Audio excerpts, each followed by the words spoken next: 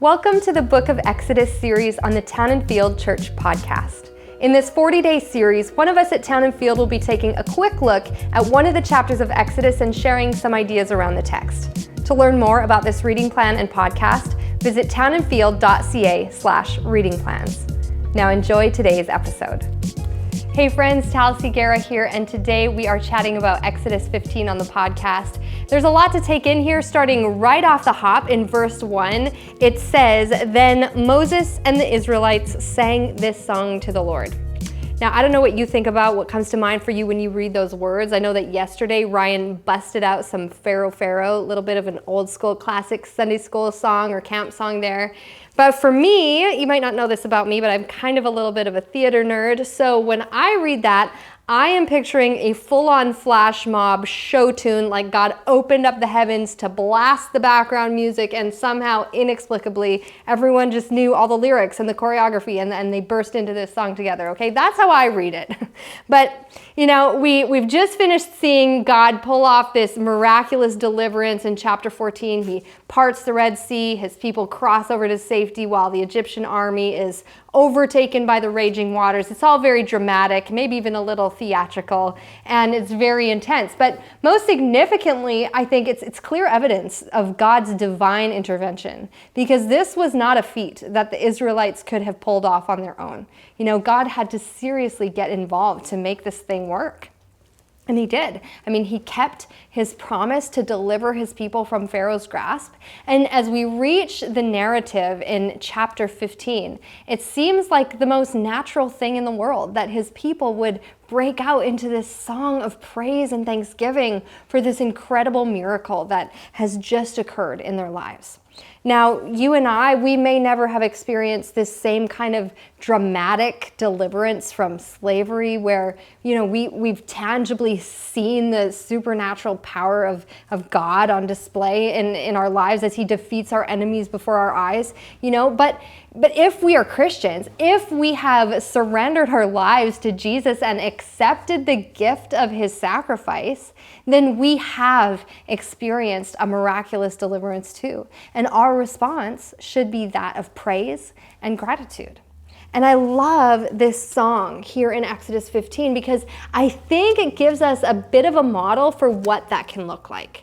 You know, because I think sometimes whether it's in our corporate singing or just our personal private prayers, our praise, our gratitude, it can become a little bit self-focused, it can become a little bit forced. You know, whether we are even realizing it, it can become weak, unfocused, it can become kind of impotent. But I think that if we approach the practice of praise and gratitude with a bit of intentionality, we will experience how truly powerful it can be in our faith journey. And so today, I just want to take a minute to point out 3 powerful praise practices that Moses modeled for us in his song. Number 1, powerful praise focuses on God's victory rather than personal performance.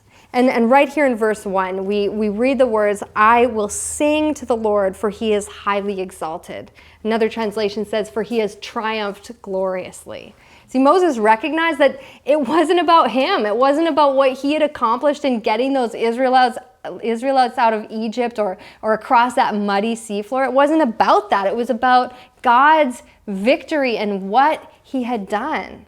And so if you want to practice some powerful praise, focus on God's victories in your life rather than on your personal performance.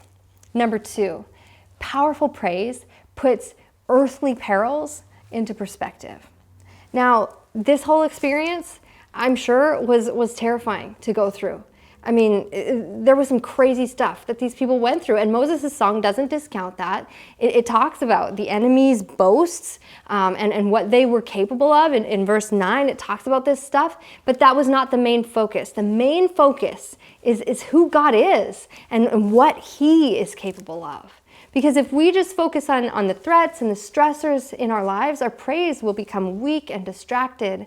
But when we remember who God is, it puts those things into perspective, and it reminds us that God is bigger. That, like verse 2 says, that God is our strength, he is our defense, he is our song, he is our salvation.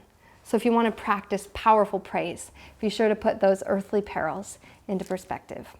And number 3, powerful praise links the past to the promised future. Guys, it is good to praise and thank God for what he has done. But I think if that's all we do, we're missing out on this enormous aspect of what our faith is all about. It's not just about what God has done, but it is also about what God is doing and what he is going to do. And Moses got that. And so in verses 17 and 18, he points to the promise of what is yet to come. So if you want to practice truly powerful praise, don't just thank God for the past, but cling to his promises and look to the future with gratitude and thanksgiving. Hey, thanks for joining us again on the Town and Field podcast, and I hope that as you reflect on Moses' song in Exodus 15 today, that you will take a moment to practice praise.